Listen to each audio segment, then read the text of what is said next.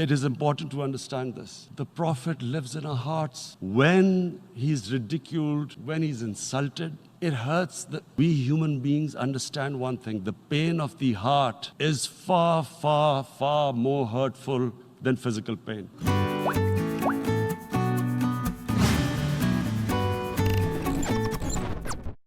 And every 2 or 3 years, someone would malign our Prophet, peace be upon him. There would be a reaction by the Muslims. And again, it was Islam, an intolerant religion. Again, this time, I blame a certain section of the people in the West who deliberately provoked this, knowing the impact it would have. But the majority of the people in the West didn't understand. This is where, again, Muslim leadership let the Muslims down. We should have explained to them what our Prophet, peace be upon him, means to us. So in 1 minute, I'll try and explain what he means to us. Our Prophet was the witness to the divine book, the Holy Quran. The Holy Quran is the book of guidance for Muslims, and the Prophet's life was living the Quran. He was an example of what the Quran guided us to be. So he is the ideal we all try to get to. The Prophet created the state of Medina, the first state in Islam. That state was the basis of a Muslim civilization which became the predominant civilization for the next 700 years. And what was that state? I hear such strange things about Islam, that it is against women, it's against minorities. The first state of Islam in Medina, it was the first time a welfare state was set up. The state took responsibility of the weak, widows, orphans, poor people, handicapped. It taxed the rich, spent the money on the poor. The state announced that all human beings are children of Adam, hence equal, whatever the color of their skin. The state announced, the Prophet announced that, and slavery, the whole system depended on slavery as it did for many years in the Western societies. The Prophet said that one of the greatest deeds is to free a slave. But because the society depended on slavery, he said, but if you have to, treat them as an equal member of the family. And as a result, something happened in a Muslim world which hasn't happened in any other civilization. Slave dynasties appeared. Slaves became kings.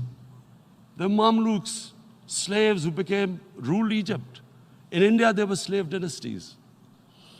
And then, with minorities, again, you hear that Islam is supposed to be against minorities. Let me just make this clear. In Islam, the Prophet announced that everyone was free to practice his religion. It was a sacred duty to protect the places of worship of all religions. He announced that every person is equal in front of law, whatever his religion or his color. And this incredible case, and I always quote this, that the fourth Khalifa, the head of state of Medina, he lost a court case against a Jewish citizen. So, number one, it showed there was a rule of law, no one was above law. And number two, that a Jewish citizen was an equal citizen. So, Mr. President, when a Muslim society is unjust to its minorities, it is going against the religion of Islam and our Prophet, peace be upon him. So, it is important to understand this. The Prophet lives in our hearts. when he's ridiculed, when he's insulted, it hurts. As we human beings understand one thing: the pain of the heart is far, far, far more hurtful than physical pain. And that's why the Muslims react.